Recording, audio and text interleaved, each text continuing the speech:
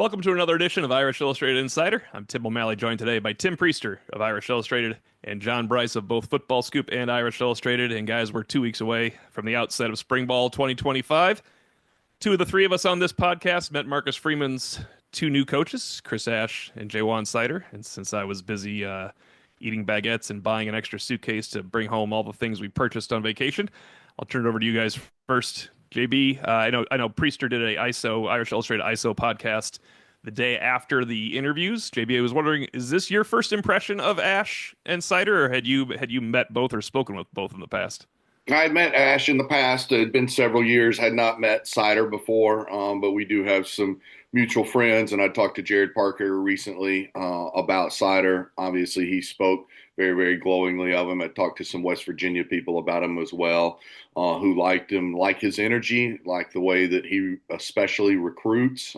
That's the recurring theme when you talk about when you talk to people about Sider. Just he really gets after it on the recruiting trail. Now, one neat thing I found out is that as he got this new job at Notre Dame, he not only met with all the running backs, but then had all the running backs give their information, their parents' information to him so that he could reach out individually to all the parents of the running backs. So I thought that was really neat. And as I shared on a previous podcast, Devin Ford had gone and stayed with him when he had returned back to Penn Station to visit guys and to do some things in the summer. So really positive impression of both. I thought Ash hit all the right notes about he coalesces into Notre Dame and doesn't ask Notre Dame's defense to coalesce into him. He talked about the culture, and I point blank asked him after so many years in the NFL to take something like a Notre Dame, and he said it absolutely took a Notre Dame. Notre Dame is the type of job that you leave the NFL to come back to college for. So I thought all those topics, all those things were very interesting, but really, really Sider reaching out to the individual parents one at a time and starting to form a relationship with him that he, didn't have before, or maybe had recruited one or two of the guys along the way, but not kept in touch. Those are kind of the things that stood out to me. Yeah, I've got a 30-minute ISO out there if people want to check that out. And because I went through virtually everything that they said, and I agree with John that, the right thing for Chris Ash to do was to say exactly what he Yep. said. You don't have to reinvent the wheel. Great football has been played around here. He said, I'm here to become one of them in terms of the players. Terminology will change a little bit. It does with every coach. There's no doubt about that. But I thought he hit the right notes when it came to it. I mean, that's what people wanted to hear. You don't Right. want to hear there's going to be an overhaul. And then I was really impressed with Sider on a lot of fronts, just the way that he talked about Notre Dame, some of the stuff that John said about his relationship with the players and now the parents. And as it relates to recruiting, I I read many quotes in the ISO, and this was the one that I thought was great by Sider as it pertained to recruiting, and that is, if you're going to sit around and not communicate with the parent or the kid, somebody else is. To me, I never change. I'm going to outwork you. I take recruiting the same way I do coaching. I want to be the best at it, and I hate losing. So I'm going to do everything I can to win. I just, that really struck a chord with me. And it just, he wasn't going through the motions. He wasn't just saying words. You could tell that he had passion in what he was talking about. And they both spoke highly about, it's Notre Dame. And that was another thing. I don't know that I have that quote right in front of me, but Sider said, when you come to Notre Dame, when you become part of Notre Dame, you walk different, you talk different, you sit different, you feel different. You know that you're at a really special place. So I know we had some people on our message board say, did anybody ever not win a press Yeah. conference? Yeah. And I threw McCullough's name out there, and that probably wasn't really fair. Because he was a great coach, but Well, he was great in the press conference too. It was first of all, it was like eight of us around the table that day. I remember they brought every coach out and they put them yeah, around tables. It was just that we knew right away. We're like, oh well, he wants to go back to the NFL yeah, someday. That's all. That's yeah, the only thing he didn't say that was placating out the masses yeah. in that one. I think he was still impressive to listen No, to. these two guys, they really did a great job. And I don't know if it was scripted, how scripted it was. If you were going to script something for I Ash, mean, that's exactly what you should have done. And Sider was very genuine. There was no doubt about that. I think you have to script it a little bit now for Ash because he's following the Broyles Award winner I mean, he's going to have different ideas. He has different techniques. He did mention we're going to have different techniques for doing the same things. I think the approach is the same, but he's got to make it his defense. I mean, remember when Al Golden came in, everybody's like, well, I hope he keeps Marcus's defense. Did anybody care if he kept Marcus's defense a year and a half later? You have to make it your own defense. Clark Lee tweaked things from Mike Elko, and he was his protege. I think Mhm. you have to make it your own D, but I think believes what he said. He said the right things, but I'm sure that's scripted a little. Like, Chris, let's remember what we talked about in the interview, that we're Exactly. pretty damn good here. You're Yeah. not reinventing a It wheel. did, it did, it did not, I didn't think that it came off as, oh, well, hell, they scripted it for him, but No, no, no, no. it was the right approach. Yeah, and I watched it after read. I read the transcript first, so I was like, I gotta watch this back to see how he was. And no, it didn't come off scripted. I'm just saying the way they prepare people nowadays for a press conference like that, you should be pretty prepared for a Yeah. press conference with that situation. I think Sider. I mean, obviously Ash has a tougher job because he's doing a little bit of. He's got to make Got bigger involve his own responsibility. defense. Sider has a low key tough spring task. Is you got to keep Young and Williams, man, and they're probably not beating out Love. They're not beating out Love, and they're not beating out Price. You got to keep them both. You have to find a way. That makes it tough for those guys. It makes it tough for him. He's got to get to the parents, as you said. I mean, you got Payne and James. It's a six-man room. They're all pretty Yeah. good. Well, If Payne is healthy, then that's really yeah, tough. yeah. I asked him about the top running backs, and he quickly said Jay Love is, Hell, awesome and special. And then he went into Aeneas Williams and his pass protection and his he beat Penn State. downfield route that he beat him with. And John, you made a point of, Ash came in. I don't know what I was expecting with Ash exactly, but I thought he came in before the press conference started Yeah, and was very, very, yeah, very all right. open and congenial, and went around and shook all of our hands. Of course, he's not going to remember anybody's name because of the circumstances, but he he made a good first impression. Yeah, most coaches make a good first impression, some more than others. I would say these two were in the upper echelon. Yeah, and again, it goes back to the fact that it seems so natural for both of them.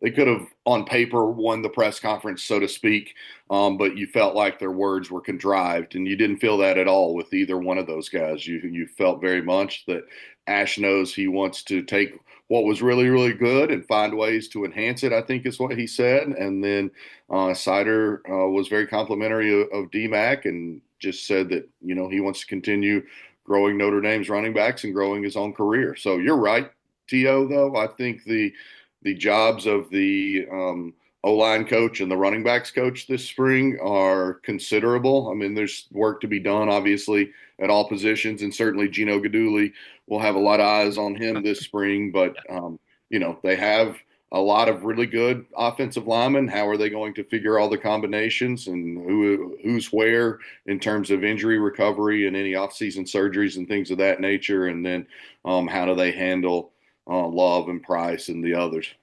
Tim, and by Chris Ash's third sentence, he had used the word enhance, Uh-huh. which That's is good. That's good. which is another light bulb. Okay, maybe there's a little bit of Did he scripting going challenge on. everything along the way? Because that's No, a I don't hard thing think. to No, do. I don't think he No. said that, but he did use the word enhance, and we've heard Marcus Freeman use that Yeah, term a I lot. think I mean, it's fair to say we like most coaches you meet and you figure it out as time goes on. Yeah, But no, yeah. I mean, why wouldn't you? Ash looked very likable to me when Yeah, I had very, not very seen much. likable. Very Yeah. likable, but I had not seen much of him prior. So the bigger news this weekend, our Drew Mentalk down in Indianapolis for what used to be the extremely exciting NFL Combine. It is now the NFL Combine where people pick and choose what they want to be tested on for, I think, good reason. You do better when you come to your home turf and do the pro testing. I think the one thing I've noticed from what have we been to, about 16 of these pro days in a row, 15 out of 16 pro days, they're always better. It always says something along the lines of so and so ran this in the 40, which would have placed him in the upper 10% of all position players over 10 years. You never see that in the combine. I think it's harder. Mitchell Evans went through it all. We'll go through all the guys here, but Mitchell Evans, I think, had something to prove. Not his fault. Injury related, had something to prove after the season, and he's going to be a good. When he catches the ball, you can see he swallows that ball on the drill. When he run down the field, bisected the field, and he just looks like a natural pass catcher, like we saw last year, 2 years ago. Yeah. I think I think I think Jack Kaiser showed well. He's still under 6'2". I wanted him to run to prove our point. Yeah, He'll run here. He'll run here. yeah, he was 231, small hands for whatever that's worth generally. And then Howard Cross, they actually asked him to do some fullback drills, which you can only imagine. Let's put it this way. I remember playing baseball at Notre Dame and I'd just gotten there and they asked me to go over and take some reps at first base. And And I must have had a look on my face like, who the hell are you talking to? That might have been Howard Cross's reaction too. you were at the Devon Ford of the 1980 Fighting Irish Temperature, going wherever they tell you to. No, no, no. And well, actually, I was, initially insulted that they asked me to play third too, Yeah. but that worked out pretty well. So I was a shortstop growing up. Couple of quick things on the combine. I heard that both, even though they were obviously selective in what they did or were even physically able to do, I did hear really good things about Xavier Watts and Ben Morrison, and particularly, I think they both had some dealings with some AFC West teams and the Raiders and Chargers in particular.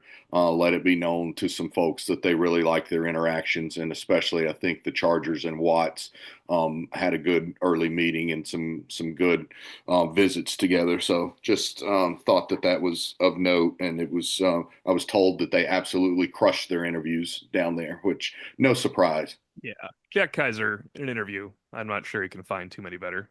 Watts is great. Morrison's genuine, likable person. Good to be Benjamin Morrison, huh? I'm not going to work out at the combine or at Notre Dame, but I am going to bring everybody to come watch me work out because that's Yeah. to the victor go the spoils athletically, I think, for the NFL. But I really hope Xavier Watts runs well at Notre Dame and was I did. Yeah. on the Drew Tranquil. I'm going to run a 4.57 for the one time in my life and never run a 40 again combine training. So what do you think? Xavier Watts needs about a 4.52, and then Yeah. he can just show his Yeah. film and say, "Okay, I'm fast enough. Here's my film." That would be, I guess that's probably the big question. He's under 6 feet tall, but you can deal with that. Um, pretty good arm length. Yeah, he just needs not a well, I mean, probably a great time for him in the Yeah, 40, yeah. and that should be good enough. I just think, like, look, he's not going to run down people in the NFL from behind when they get past him, but I think he moves in space so well as a safety. That's what matters. He covers a lot of ground because he knows where to go. When somebody turns the corner, I mean, he won't catch Jeremiah Love when he meets him in the NFL, right? That's okay though. No, but his safety instincts Yeah, after the last top two of the years, top of the room. Oh. no doubt about it. And I wasn't in real quickly. I wasn't in Indy, obviously, as long as Mintalk. I was just there all day Thursday. But from meeting and talking to people down there, being with various agents and things, I believe that Notre Dame's pro day is going to be slated for extremely late March. That last week of March is when Notre Dame will hold its pro day. Bo Collins could have a very big pro day. Tim Priester, we talked about that. He will test well, at least according to Notre Dame. He will test well. And Riley Leonard will test exceptionally well for what he didn't do. I wanted to see Leonard run. I want to Leonard jump. Leonard, you never know how high he's going to jump. He could keep working on that for another few weeks, and he could really jump. I mean, that could be something to see in Mhm.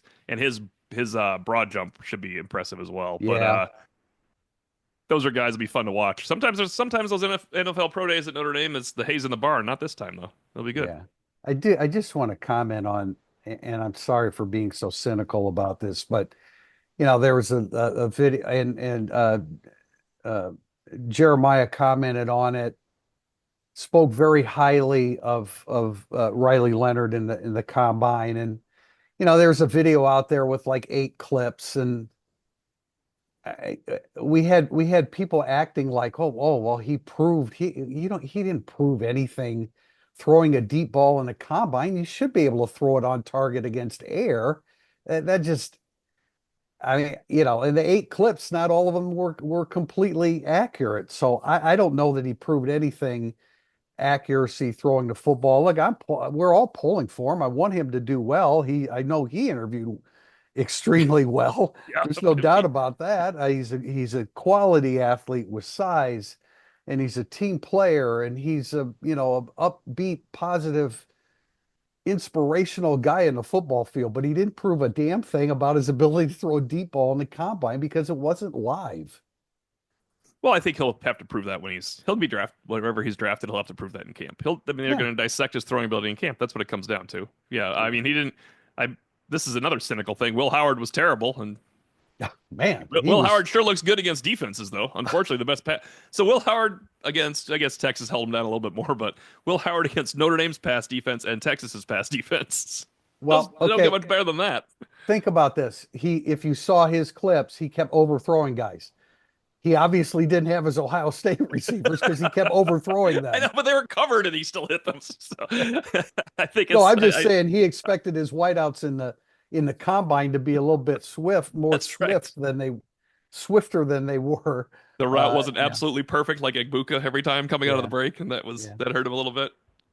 I'm sorry, Tim, I interrupted you. I was going to lead you into the ND women finishing on a high note after not being on a high note with back-to-back losses. But did you have something to follow up with Well, I was the going to ask combine? JB exactly what he saw on Thursday. I was just at the combine. I was just curious about that. Oh, I had a lot of meetings. Okay, okay, I To be got quite you. honest with you, yeah, I didn't spend very much time Okay, at I all got you. inside Lucas Oil, just a very little bit. So no, I had meetings with some NFL people, some assistant coaches, and some agents. So Yeah. Well, the Notre Dame women's basketball team, they rose to number one. They played, they were coming off the previous weekend. They were coming off a double overtime game against NC State, which is, I mean, one of the great basketball games. There were 21 ties and 21 lead changes in that game. Went to double overtime, 104 to 96. They lost. As most people know, the Notre Dame women's basketball team's not very deep, and they rely heavily on Miles and Hidalgo and Citron, who are all superstars in their own right. And then Leah King is a double double. She averages a double double. And I think that when they played, when they played Florida State, they ran out of gas. Florida State was more athletic. They were better up front. That's one of the things about this Notre Dame team is if they go up against a really quality, big, athletic front line, they're in a little bit of trouble. They have a hard time matching that. But I just think that I think they're dead tired. I was surprised to hear that, after losing to Florida State, that Neil Ivy kept the media waiting for an hour and 20 minutes, which meant that they kept her team up or in the arena that much longer. They're worn out. They're tired. They found a way to, they put it together and played pretty well against NC State yesterday. NC State's pretty young. That's a very well coached program, but they're a little young, and Notre Dame took advantage of it. yeah, Louisville yesterday. They What'd I pulled, say? NC State, yeah, Louisville, yeah. Louisville yesterday, and that was a nip tuck game, and then Notre Dame engineered a decisive run there, really to close the third quarter because it was 38-34. Of course, my wife was there with her grandma Ditto. That's their special family tradition, and that's neat to see them get to enjoy that. But it was 38-34.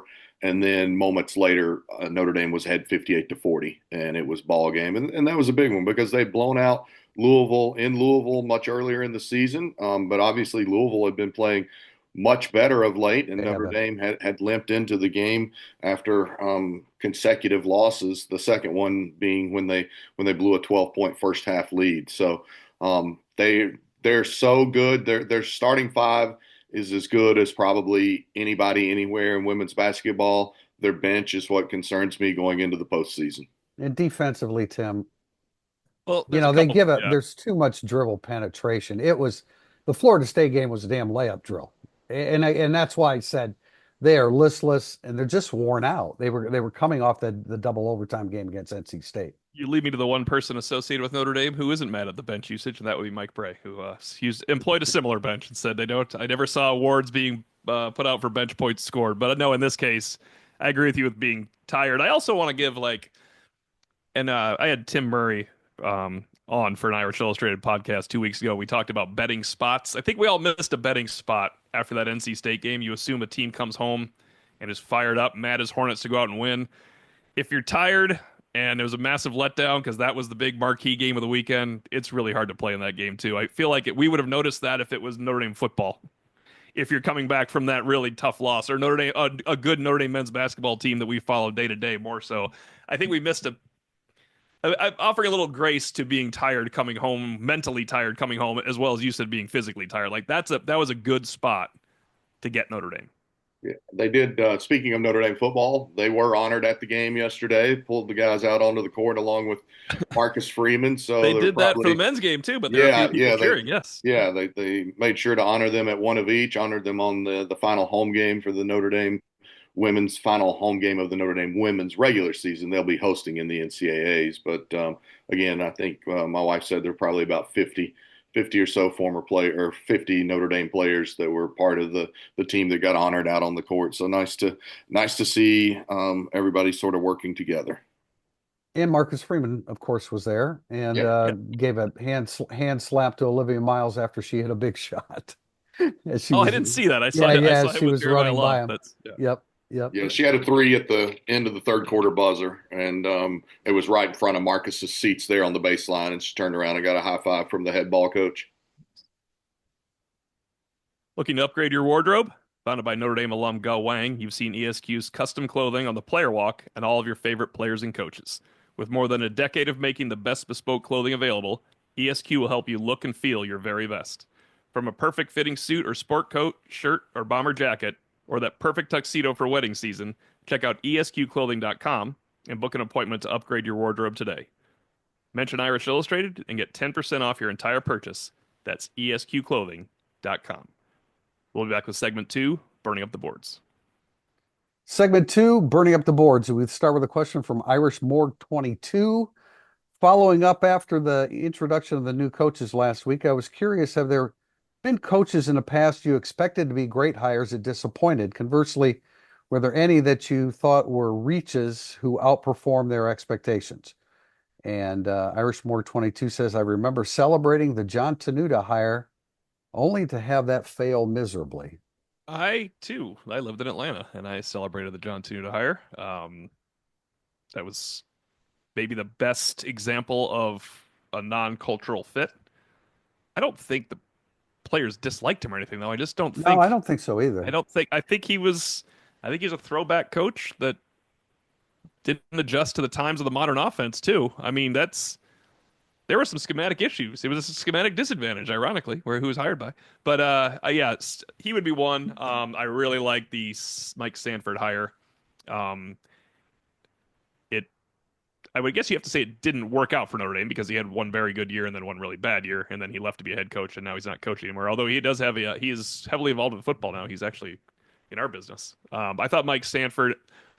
When you meet Mike Sanford, you like Mike Sanford, and the way everybody else talked about him, I guess led us on a little bit too Yeah. much because that they're most you got to remember they don't usually say bad things about the guys they hire.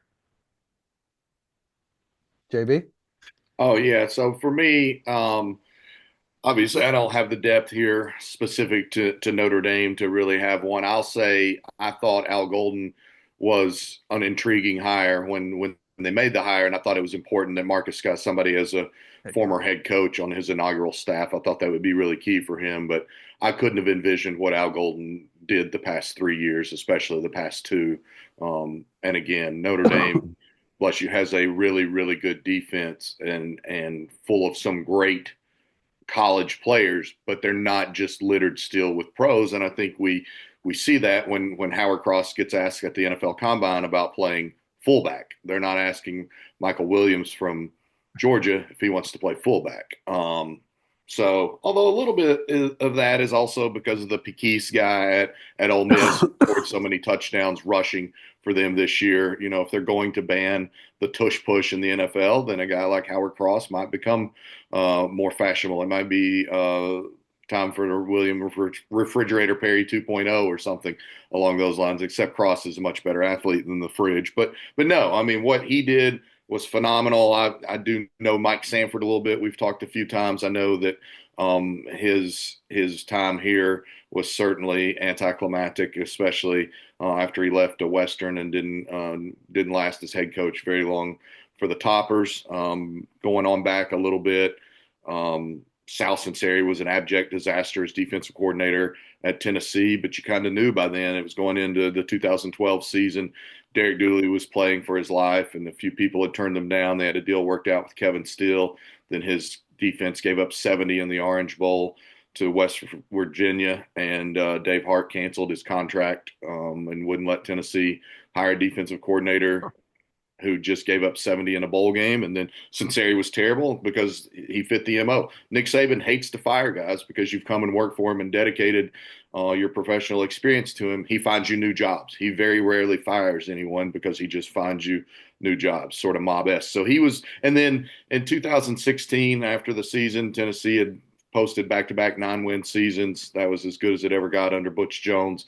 And he didn't do enough to retain Mike DeBoard, who was just a very steady, older, calming influence and had done a nice job running the offense under Josh Dobbs. And they promoted Larry Scott from within. There were some machinations there that behind the scenes where Scott was trying to get the job, and he was an abject disaster in 2017. And Butch Jones and everybody got fired.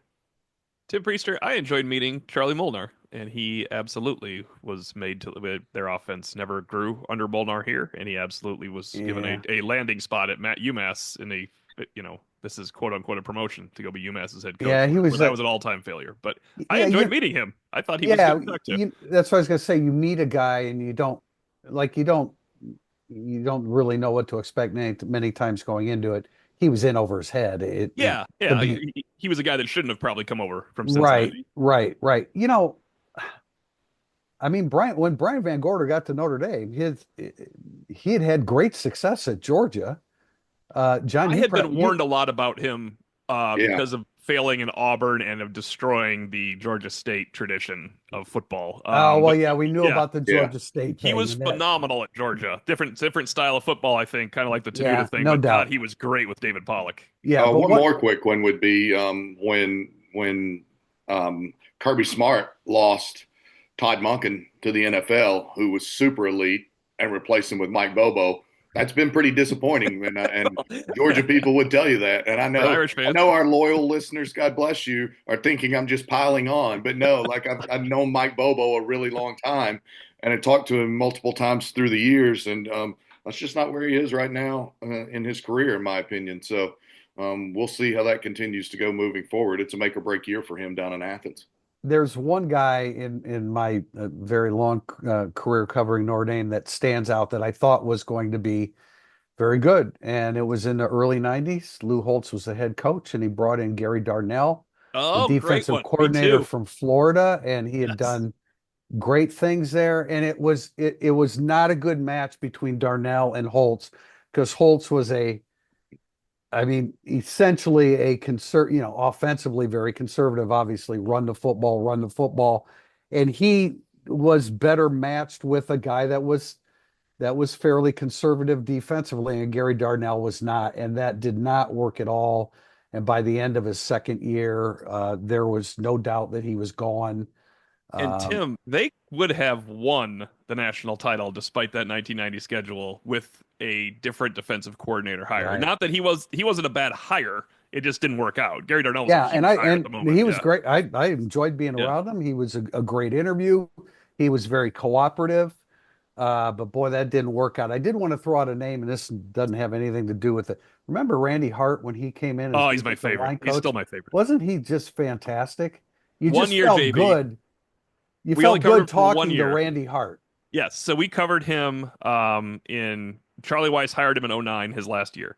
And then of course they cleaned house. And we said, now it worked out well for Mike Elston, obviously, but we said you're keeping Tony Alford. They should keep Randy Hart as defensive line coach. But Randy Hart got picked up by Stanford during the run of excellence of 2010, 11, 12, Yeah. 13. And we saw Yeah. Randy Hart on the field a couple times out in Palo Alto.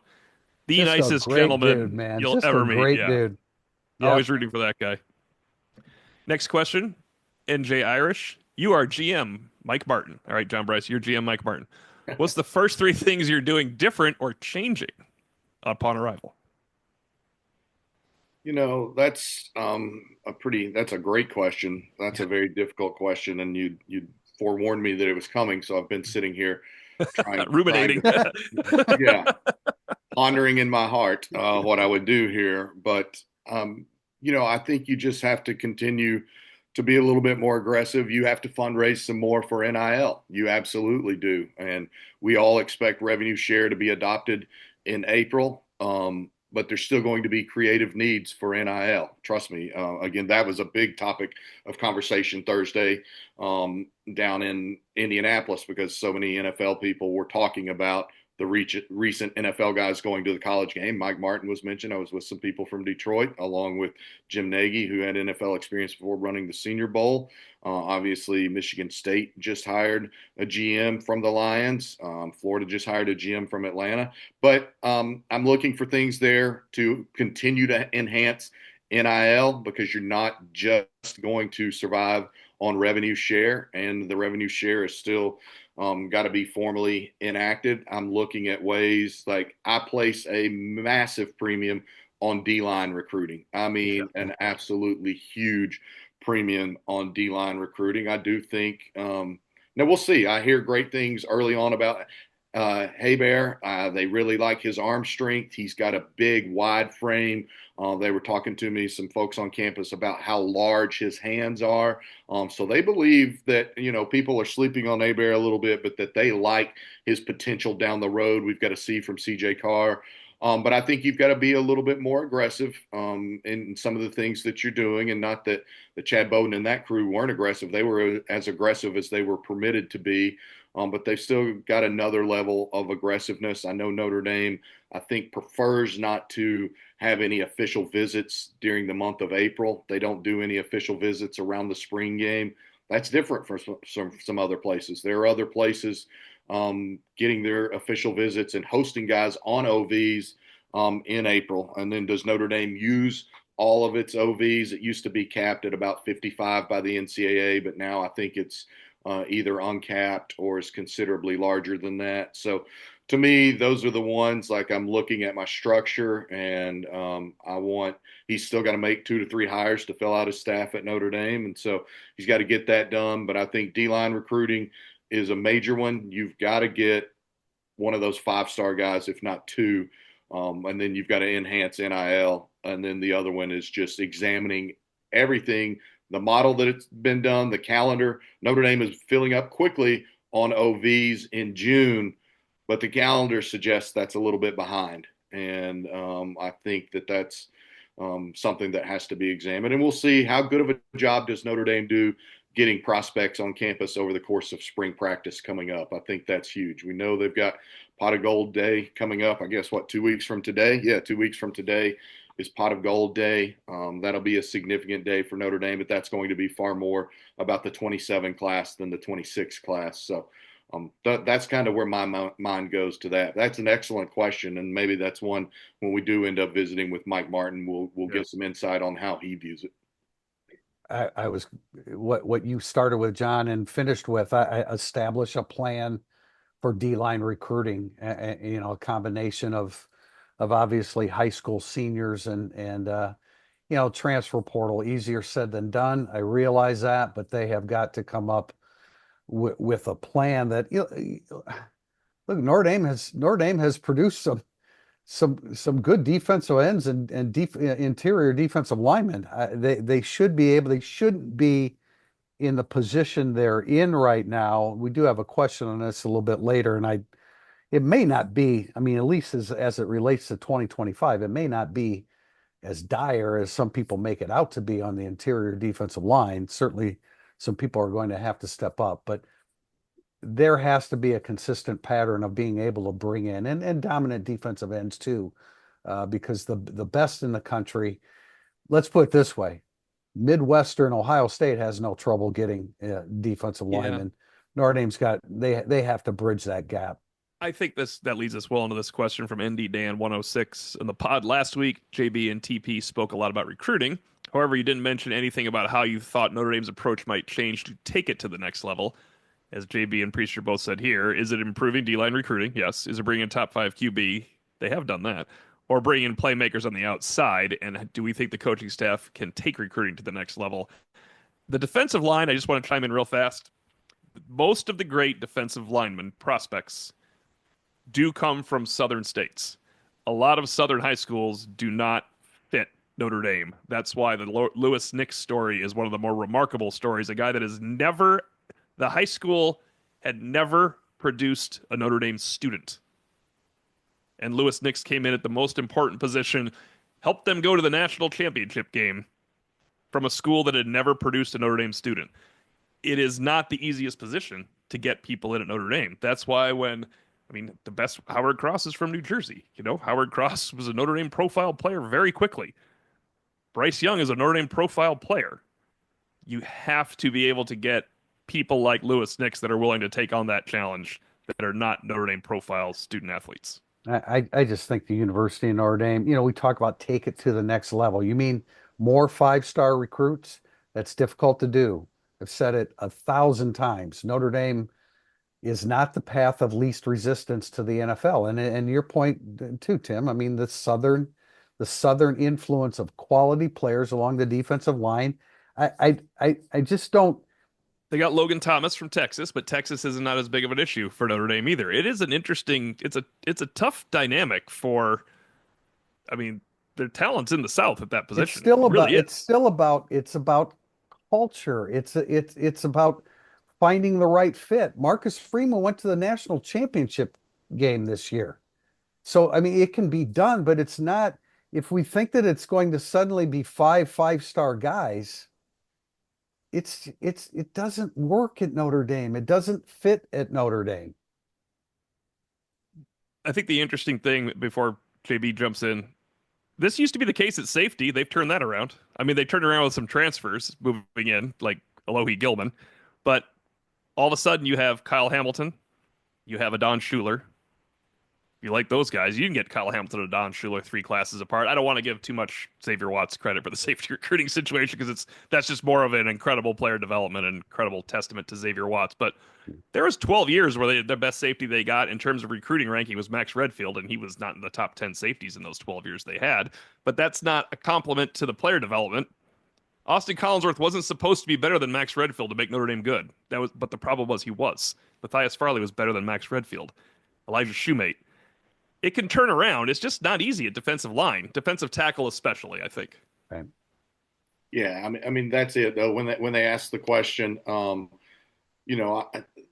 it's got to be doing more on the interior. And you look and just see how many interior D linemen have been drafted from Ohio State, Georgia, and Alabama in recent years, and that's why those teams, although Alabama has dipped, that's why those teams. I think it's a huge reason why they're being enduring playoff factors and teams that not only make the playoff but tend to advance in the playoff. So I think it does, just like talking about with the question on Mike Martin, I think it does have to start with very enhanced D-line recruiting for Notre Dame. They've missed on a few guys. They haven't been able to close on a few that they've been in early on. The guy that just committed to USC, the really nice D-line prospect, a Polynesian player. His name escapes me. He just committed USC, I think, last week, a big-time recruit that had been out to visit Notre Dame. He was going to be big. Notre Dame led for him. I think Notre Dame has indicated they'll still try to recruit him, but USC feels like it's got that one locked down, especially with the emphasis that USC is putting on locking down California and West Coast kids. So those are just some examples. But yes, that's where I very firmly believe they have to be better because they've got Kyron Williams in the NFL. That shows well for them, along with some of the others. They've got Jeremiah Love, who's soon to be in the NFL.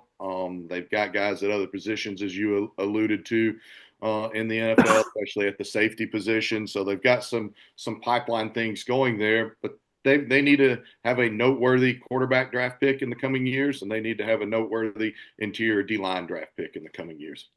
Next from Denver Maximus, how would you rate the state of the tight end room for tight end U as boy, I can't read that question very well. For being tight end U for many years, it seems like the room has taken some big steps back.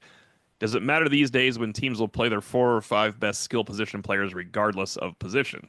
That's a good caveat to being tight end U versus running backs U.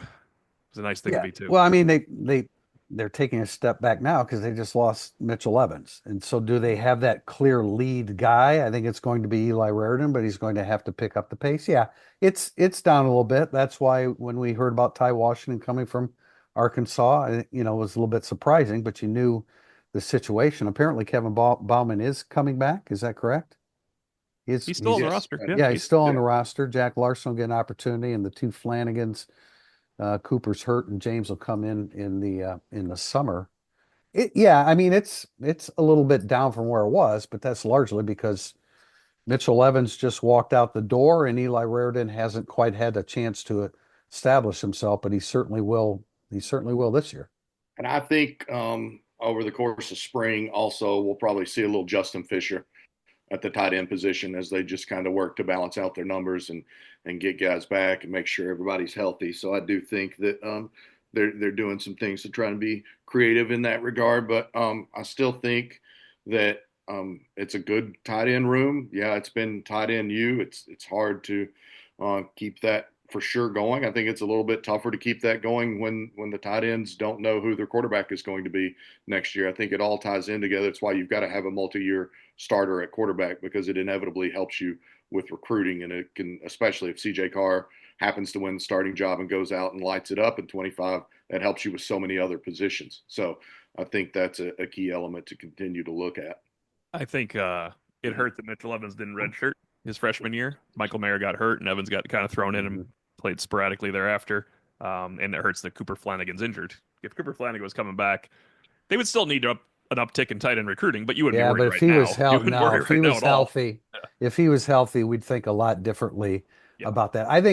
I think people are underestimating how good of a blocker Ty Washington is. And Notre Dame has, yeah, they've got a procession of quality pass catching tight ends, but usually only one of those tight ends is catching a large amount of passes in a year, Right. and that it's Raridan's turn to do that. Yeah. Holden stays transferring out too. You could go Holden Yeah, stays yeah, transferring out. Mitchell Evans not because Mitchell Evans would come back, I think, for a fifth year, considering how he ended the year. He would consider it and maybe become the number one tight end in the draft. yeah, And then, of course, the Flanagan injury. yeah. From Coach MDD, with an NFL GM bringing deeper reliance on analytics, does the next Jack Kaiser or Leonard Moore get offered? Almost impossible to answer, but that's a great Yeah, question. it is a great question. I'm not really sure how to answer it. I mean, I can remember I've said this before on our podcast. I can remember how insistent Clark Lee was about Jack Kaiser. I'm Yeah. like, yeah, a single A football player from one stop light town in Indiana, which is a basketball state. And 70 games later, he proved himself to be pretty darn valuable. But I mean, I don't know. Again, it's still Notre Dame, and Notre Dame has to go outside the parameters a little bit many times with guys. It's still about culture and fit at Notre Dame. I'm not sure that I'm prepared to say that, but JB, you may have a different opinion on that. No, I don't. I don't think so. I think this goes back to Mike Martin's got to have people around him that he trusts and grows the relationships and knows that they're turning over every stone. You have to, and I think um, regardless of what you thought, you take some sometimes positionless football players, and maybe in a lot of ways, X Watts and Kaiser coming out, you weren't quite sure where they were going to ultimately land and spend the majority of their careers, but you just felt like these are good football players. Their tape shows, their film, their video, whatever shows that they're good football players. Get them in your program and figure it out there later. So I do think that because of that, Notre Dame had a kind of a ranking score system that it did under Bowden, where they ranked all the prospects that they were looking at and had their proprietary ranking system, scoring scale that Notre Dame used for all their recruits that they developed under Chad. And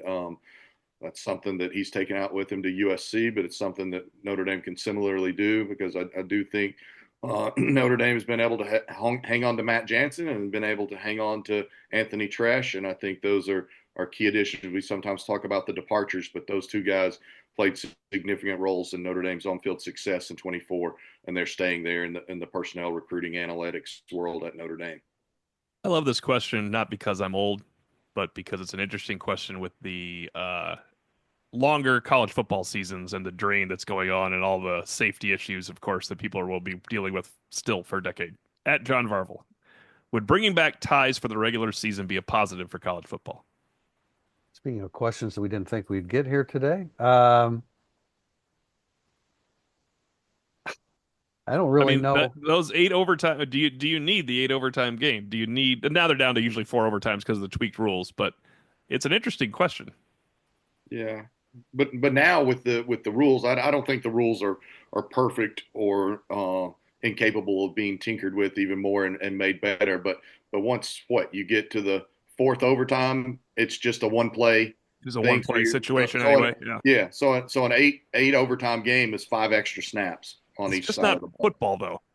Yeah, it's not. It's No, not. But I think with the 12-team playoff and going to 14, if not 16, ties would just completely muddy the Yeah, water. you So could you want to talk about the committee changing some decisions over the course of the year? Well, the tie looked really good. So, yeah, it's a half win and a half loss. who tied who? I mean, they didn't tie them; it was tied the other way. Yeah, That would also yeah. be part of it. Interesting question, I something do. I that I thought. haven't spent much time No, considering. well, he CC'd Drew Mentok on there, so I didn't know if there's a specific reason. We'll ask Oh, Drew why that was gotcha. happened, but yes. Yeah.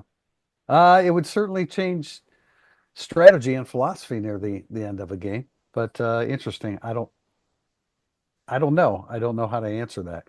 Question from Martin Evenflow. What rivalry ends first due to current slash eventual conference affiliations? Notre Dame versus USC or Notre Dame versus Navy?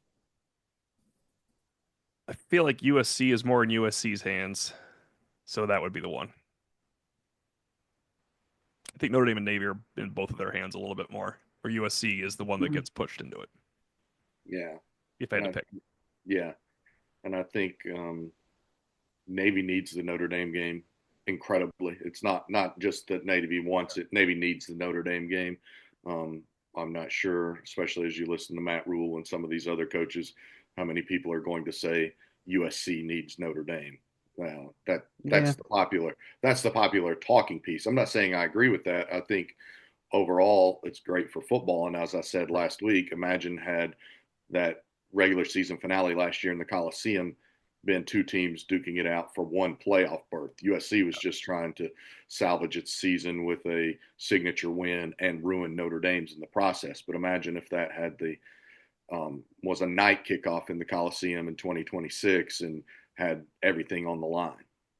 I think because USC's in the Big Ten now, and because they have to travel so much more, To the the Midwest. distance, the Yeah. distance between Notre Dame and USC when they play at Notre Dame Stadium in the middle of the season, I think that, I mean, I'm just looking for a factor that would sway a decision one way or another. I saw Boston College playing a basketball game at Stanford at 9 o'clock on a Tuesday last week. What are we doing? What in the world are we doing? When did that BC team get home? 5 a.m. Well, I then, no, so nobody gets Mike home at no, 5 Micah a.m. other than Notre Shrewsbury Dame. said. So there's no way the BC got home at 5 a.m. Must have been 4:45 because that's the only reason that it's not working out so well. Yeah, there's a tongue I in mean, cheek, just of course, but absolutely ridiculous that Boston a regular season basketball game in February, Boston College is flying back from Northern California at 1 a.m. It's It would have been later than they got home later than 5. And to your point, an excellent one, TP, a really great point about the travel for USC. I just want to tick this off here. So September 13th, USC goes to Yeah. Purdue. 2 weeks later, USC goes to Illinois. 3 weeks later, after an open date, USC goes to Notre Dame. 2 weeks later, USC goes to Nebraska. Now, it doesn't have any Midwest or East Coast travel. The final full month of the season, they get 3 home games and a short trip to Oregon. But again, that's I mean, think those 4 Midwest trips right in the meat of your schedule from September 13th to November 1st. You're making 4 trips from California into the heartland of America. and one is avoidable and by far the best program, other than unless you're traveling to Ohio State or Michigan, that you will be playing that year. I mean, for a road trip, for a hard Mhm. road trip. You're either Yeah. traveling to Ohio State, Notre Dame, or Michigan for your hard road trip, and you don't have to travel to Notre Dame. that I would hate to see it. I love the Notre Dame USC rivalry, but that's my answer. We have a question from Brian 739. Three of Notre Dame's highest ceiling linebackers, Bowen, KVA, and Madden Framo, seem to have Mike linebacker profiles. With the base defense now a 4-2-5, have the differences between Mike and Will diminished, making it more likely that we will see two of these three playing together? If not, which of the three are most likely to help at Will based on their skill sets? It is a great question, especially for Bowen and KVA, because Faremo is going to have to be even better than KVA was last year to unseat one of those guys. Now he can rotate in, of course. Um, KVA played both. I think Bowen will be the Mike and KVA will be the Will when they line up. You could throw Osbury and Snead in there because Snead, of course, would be the strong side linebacker if they're in a base. Osbury needs to find a position. He's either the weak side or the strong Mhm. side linebacker. I do think it is diminished. I wish I had the quote in front of me. I asked Al Golden about the massive difference, or if there's much of a difference, excuse me, between Mike and Will, other than there's coverage responsibilities, of course. So you have nobody to your out, you have nobody to your outside at the Will. You're at the Rover has more going and more in space. He said not that big of a deal, but they want to recruit athletes where it doesn't matter. So I think the point is Bowen, KVA, and Faremo might be athletes where it doesn't matter, and Osbury where it doesn't matter as much. I don't use Snead because he's not a possible Mike. Yeah, Yeah. I would agree with that. I mean, I think Faremo probably is the most from the most complete physical of the that grouping. I think he has the best attributes that would allow him to play any of the three linebacker positions. And then KVA and Osbury right behind him, and then Bowen a much better athlete than probably people give him credit for. And again, Bowen elevated his game to an all new level in the playoffs, and I think that's very enticing for Notre Dame moving forward. Yeah, I think Tim, I agree with you. Bo and KVA as the starters. I would still prefer Bowen at Mike. I think, not saying that he I can't would play too. Will, but preferably.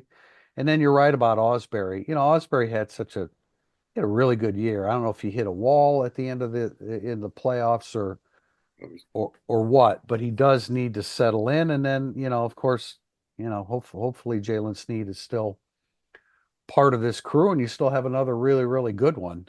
Um, but yeah, I mean, other than KVA and Bowen as the starters, it's and now you have Chris Ash, although I guess Bull is still the linebackers coach, but I mean, we I could don't use know. this It'll be question fun. on. Yeah, Yeah, we could use this question on Ash and Marcus Freeman. Freeman would probably love to yeah, talk about this in a press conference because he doesn't like signaling out guys, but the concept would be a thing that would be. I think it's one of the yeah, better ones to ask him because yeah. especially since they have so many competition, such It's a competition good there. whatever they decide with. It's a good situation because you have another group of five guys that are really, really good, and will Frame be as prepared to play out of the chute as KVA was. Boy, that'll be difficult to achieve, but you Learning a feel new defense together helps him as opposed to coming into the KVA defense that and Bowen defense that they knew without yeah, Golden because yeah, there's that's there's true. just different things there. Although it's going to This be is exactly the same. No. no, it will not be. This is going to be two questions instead. I don't know why I grouped these together. So, Jay New, going into the spring, who are the top five healthy offensive linemen, and who are the top six healthy interior defensive linemen, which will lead us into our final question.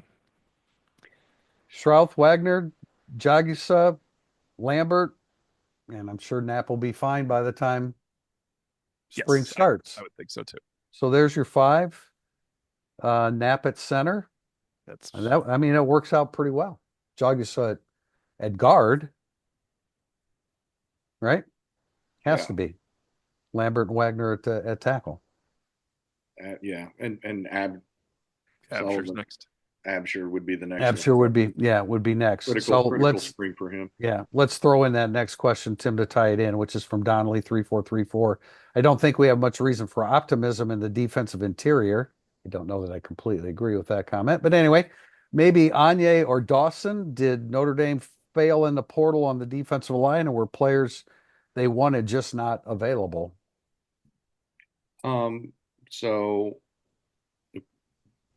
top six healthy interior defensive linemen. We know Sevillano. We know that Obviously, they're going to expect Jared Dawson to come in healthy. Oh, Rubio and Heinisch.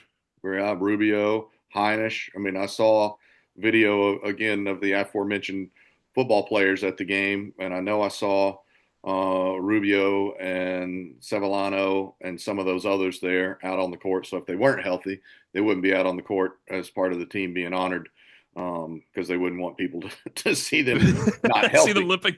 Yeah. Yeah. So Well, let's just be I real. mean, they brought Elijah Hughes in with the intent of Yeah. him getting on the field. Yeah, He'd be one of the top six. Jason Yeah. Anye is the one that has to get back into shape. He missed all the football. He missed all of football. That Jason Anye is the one that's going to use the whole spring to put himself back into position, we hope, for summer. Well, here's the thing. Because Notre Dame had such a long playoff run, and he is trying to work his way to full reinstatement to the team. He didn't have a long run, so he can go harder in January, or he could go harder in January and February than the rest of his teammates because he wasn't playing until January 20th. So he should be on a little bit faster track in regards to that. And again, I don't want to say whiff in the portal or anything like that, just because I've dropped this anecdote before, but I like it, so I'm going to use it again. And that is an FCS, mind you, defensive lineman signed with a Power Four program that Notre Dame has either played in the last 2 years or will play in the coming year. And he signed for over $700,000 with 1 year of eligibility left. An FCS defensive lineman signed for almost $750,000. And the crazy thing there is not that price tag, although that's pretty crazy, is they're paying everybody else too. It's not like you're not paying other defensive linemen at that It's school not a where you're basketball. going. It's not a basketball roster. Right, a basketball team, you could toss money around. I mean, that's what the SEC is doing. But like the football, it's a lot harder. You have players that have to be paid, and one defensive lineman doesn't do it. It's not, as Tim said, it's not basketball. It's not a 6'10" center that can shoot and pass and rebound and block shots. It's one guy. That's a tough.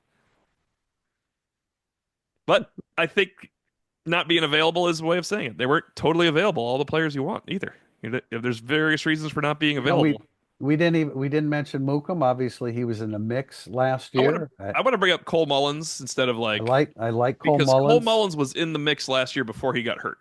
He was ahead of Mookum in the spring, and he was ahead of Mookum when we first started August. So I know they're different positions, but in terms of Cole Mullins was rotating in with the twos when we were seeing him.